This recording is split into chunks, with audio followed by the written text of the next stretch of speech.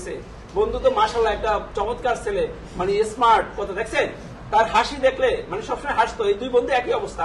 তো আলহামদুলিল্লাহ অবশেষে তার হাসি দিয়ে তার চাকরিটা হয়ে গেছে। প্লিজ আপনার চাকরি কোথায় হয়েছে একটু পরিচয়টা দিবেন, আপনার বাড়ি কোথায়?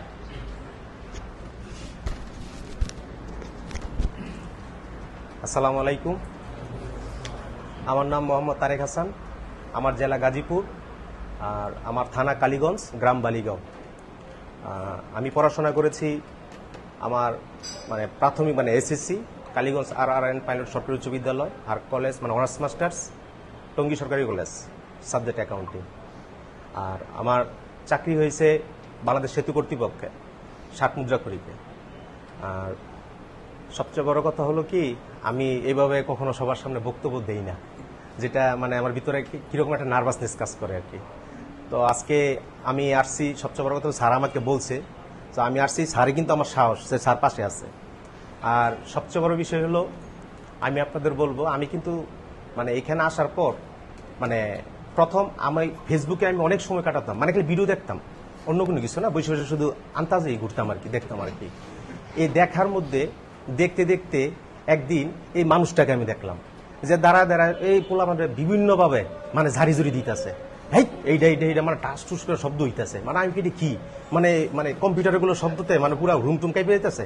আর স্যারকে আমি দেখছি যে স্যার খুব ডিকটেশন দিতে মানে বলতেছে যে এটা করো এটা করো। তো মনে হলো যে আমি একটু যাই প্রতিষ্ঠানটা একটু ঘুরে আসি, গিয়ে দেখে আসি যে কিভাবে এত মানে চাকরিটাকে কিভাবে কি হয়। তো আমি একটা পরীক্ষা ঢাকা দিতে আসছিলাম, আসার পর আমি অফিসে এই ফ্রাইডে ছিল আর কি, ওর স্যার এখানে বসা ছিল। আসার পরে বলল যে আপনি কি চাকরি করবেন, আপনি পারবেন না।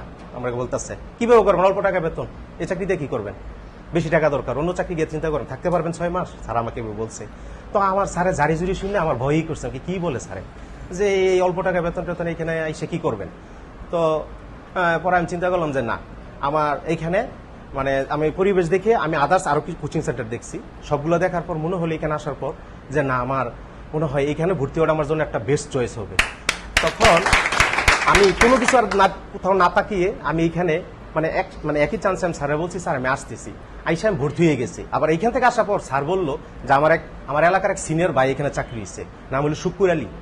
তো আমি ওই স্যার আমার বসেই ফোন দিছে শুক্কুর ভাইকে যে শুক্কুর দেখো তো আমি বাইরে চিনি কিন্তু ভাই কখনো হয়তো বা ভাইয়ের সাথে আমার এত একটা যোগাযোগ ছিল না। তারপর জানতে পারলাম যে ভাই ওইখান থেকে 2টা চাকরি নিয়ে গেছে, লাস্ট এখন কাস্টমসে আছে। ভাই অত্যন্ত ভালো মানুষ। তো আমি একটা জিনিস আমি আল্লাহর কাছে হাজার হাজার শুকরিয়া যে আমার মতো মানুষ সরকারি চাকরি করবো এটা ইম্পসিবল ছিল, আমার এই ধৈর্যই ছিল না, যেটা বাস্তব কথা। আমি ঘুরতাম বাবুবুরের মতন, মানে এইগুলো আমার পছন্দ থাকতো। তো এখানে আসার পর ফেসবুকে যদি একটা ভালো কাজ হয়ে থাকে, সবসময় তো এটার মধ্যে আমি সময় নষ্ট করলাম। এটা ছিল এই ডিএমএসটিসি ভিডিও দেখা, যেটা দেখে আমি এটা ঠিকানা পাইছি। আর একটা আমি বেশি কথা বলবো না, আমি একটা কথা বলবো, প্রত্যেকটা মানুষ মানে তার লাইফের প্রত্যেকটা ছেলে মেয়ের লাইফের কোথায় যাবে, তার আচরণবিধি কিরকম হবে, সবচেয়ে বেশি ডিপেন্ড করে তার পরিবারের শিক্ষার উপরে, যে তার পরিবারের অভিভাবক কিরকম। তো চাকরি বাজারে এইসব গ্রেডে আমাদের যে চাকরিগুলো, এইসব চাকরি বাজারে যদি আপনারা মনে করেন যে একটা ভালো পরিবার দরকার এবং ভালো একজন পরিবারের একজন অভিভাবক দরকার, সেটা হলো আমাদের ডিএমএসটিসি। এবং আমাদের একজন অভিভাবক, এটা হলো আমাদের এই ফরিদ স্যার, যিনি একদম বেস্ট অভিভাবক আমি মনে করবো আমাদের এই সকল কোচিং সেন্টারের মধ্যে যত আশেপাশে আছে। এগুলো সব স্যারেরই মানে চেনাফেনা, এগুলো স্যার কিন্তু এগুলা হিসাব করলে মানে এক ধরনের মানে জন্ম দিয়ে এগুলো ছেড়ে দেওয়া হয়েছে, ওরা স্যার থেকে গেছে ওইগুলা। কিন্তু স্যার হইলো একদম মানে রিয়েল এই প্রতিষ্ঠান, প্রাথমিক এই চাকরি বাজারে এইটা হলো সবচেয়ে বেস্ট এবং সবচেয়ে পুরাতন প্রতিষ্ঠান। এবং স্যার হলো আমাদের বেস্ট একজন অভিভাবক। স্যার আপনাদের গালি দেখ যা দেখ মনে করবেন এগুলো আপনার আশীর্বাদ। আমি স্যারকে কিন্তু একটু ভয়ই করতাম আসলে, বাস্তব কথা আছে। কিন্তু স্যার আমাকে মানে এক কথা বলতে গেলে সন্তানের মতো আদর করতো। আমি আপনাদের অকপটে বলতেছি। তো আমার এবং কোচিং সেন্টারে যারা আমার বন্ধু, যে আমার বন্ধু আছে, অন্যান্য যারা আছে, আমাদের এই কোচিং সেন্টারে সবার মধ্যে একটা ইউনিটি আছে। ইউনিটি কি রকম জানেন? আমরা বড় ভাইরা যারা ছিল এবং আমরা যারা আসছি এবং ছোট ভাইরা যারা, সবার মধ্যে একটা আন্তরিকতা আছে এই কোচিং সেন্টারে। এই আন্তরিকতা সৃষ্টি করার বিষয়ে যেমন আমাদের ডিএমএসটি একটা বড় ভূমিকা আছে। আপনারা সবাই মনে করবেন যে আশেপাশে যারা আছে যে কাউরে আমি কিছু বলবো না, এই পারে না, না পারুক সমস্যা না, এরকম না। ওরে বলবেন আপনার শিক্ষা হয়ে যাবো যে ওরা আমি পারছি বলে দিছি, এটা আপনার চর্চা হয়ে গেছে একেবারে। আমাদের এখানে ভাই ব্রাদার সবাই এরকমের, কেউ কাউরে পারে না এরকম না, সবাই সবাইকে হেল্প করে। এক ফ্রেন্ডের চাকরি হয়ে আমার বন্ধু, 2 বন্ধু একসাথে দিছে আমরা ভাইবা, বাট মানে ভাইবা তো আমার চাকরি হয় না, একই যে মানে স্বাস্থ্য মন্ত্রণালয় দিচ্ছে, আমার চাকরি হয় না, কিন্তু আমি সবচেয়ে খুশি হয়েছি যখন আমার বন্ধু চাকরি হয়ে গেছে এখানে, যে আমার না হোক না আমার ফ্রেন্ডের চাকরি হয়েছে। কারণ আমার বন্ধুর যদি এখানে চাকরি না হইতো তাহলে তো দুইজন বন্ধু একটা ব্যর্থ হয়ে আসলাম। তো আমার এক ফ্রেন্ডের চাকরি হয়ে গেছে, কিন্তু আমার বন্ধু অত্যন্ত খুশি হয়েছে, কিন্তু সবচেয়ে বেশি খুশি মানে আবার দুঃখ পাইছে যে আমার জবটা হয় নাই। ঠিক আছে, তো বন্ধুর অশেষ রহমত, আবার এই বন্ধুই আমার জন্য দোয়া করছে, তোমারও হয়ে যাইব। তো আমার একটাই খুশি ছিল, আমার বন্ধুর হয়েছে আলহামদুলিল্লাহ, কিন্তু মনে হয় যে 10-15 দিনও যায় নাই, আল্লাহ আমার একটা রিজিকের আল্লাহ ফয়সালা করে দিচ্ছে। ঠিক আছে, তো আমি আপনাদের সবাইকে বলবো যে আমাদের ফরিদ স্যার, আমাদের আলম ভাই, যারা আমাদের একবারে মানে অভিভাবক, একেবারে যেটা বলে বাবা মার পরে যদি স্থান থাকে ওনাদের, সবাই মনে নেবেন যদি হয়, যদি ভালো কিছু চান, আর সবাই মানে চেষ্টা করবেন যে কোচিং এ পর্যাপ্ত সময় দেওয়ার জন্য।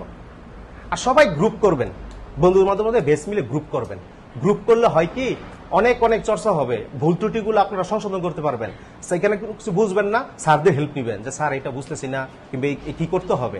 আর প্র্যাকটিক্যাল বিষয় সবাই সাত মুদ্রা মানে আমাদের আমাদের কি বলে আরে সাত মুদ্রা করি, এই মানে এই ইয়াটা আমাদের মানে এই ল্যাঙ্গুয়েজটা শিখবেন সবাই, শর্ট হ্যান্ডটা সবাই শিখবেন। এতে হবে কি, বেশি কিন্তু ভাইবা দিতে হবে না, এতে আপনাদের বেশি ভাইবা দিতে হবে না, ইনশাল্লাহ আপনাদের সবার চাকরি হয়ে যাবে। কেউ যদি বলে যে এটা অনেক সময় নষ্ট, কিন্তু মনে রাখবেন এখানে সময় নষ্ট করলেও ওই যারা অন্য ডিপার্টমেন্টে অন্য আশা নিয়ে আসছে ওদের আগে আপনার জব হবে, কল্পনা করতে পারবেন না কত দ্রুত জব হয়ে যাবে। ঠিক আছে, তো আমি আপনাদের সবাইকেও বলবো যে আমাদের এই প্রতিষ্ঠানের সাথে লেগে থাকবেন। যে বাহির থেকে যে যত কথা বলুক, আপনাকে ফোনে বিভিন্ন অফার দিবে, আপনাকে এসে আপনার সাথে মিশে থাকবে, যেখান থেকে কিছুই হয় না, আল্লাহর রাস্তায় বেরিয়ে যান, দেখবেন কাজ হয়ে যাবে, কিন্তু কিছুই না, ওইখান থেকে কিছুই পাবেন না। ইনশাল্লাহ এইখান থেকে আপনি সবকিছু পাবেন। যে যত কথা বলো কেউ লড়বেন না, একবারে একটা গোল নিয়ে এখানে থাকবেন সবার মধ্যে, এবং নামাজ পড়বেন, 5 ওয়াক্ত নামাজ পড়বেন ভাই, আল্লাহর অশেষ রহমত ছাড়া। আর স্যারদের গাইডলাইন, স্যারদের সাথে কোনো দিন বেয়াদবি করবেন না, কারণ শিক্ষক হইলো বাবা মার মতন, ওনাদের যেরকম যা বলে ওইভাবে ডিকটেশন মারবেন, ভালো না লাগলে নীরব থাকবেন, কিন্তু আশা করি প্রত্যেকটা কথা আপনার লাইফে কাজ দিবে। স্যার আমাকে গায়ে ধরে বলতো বেশি দিন সে নাই, আমি কিন্তু বুঝি নাই, আমি স্যারে কি কয় আন্তাজন্তাজের কথা, আবার বেশি দিন কি হবে নাই, আমি আমার কোনো খবরই নেই। স্যার বলছে হ্যাঁ, স্যার বলার মনে 20-25 দিনের মধ্যে আমার চাকরি হয়ে গেছে।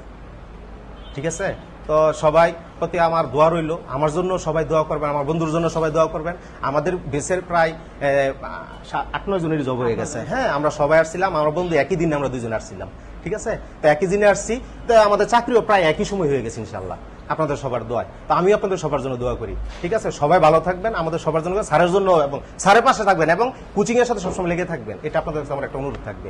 এই বলে আমি আমার সংক্ষিপ্ত বক্তব্য শেষ করলাম। আসসালামু আলাইকুম।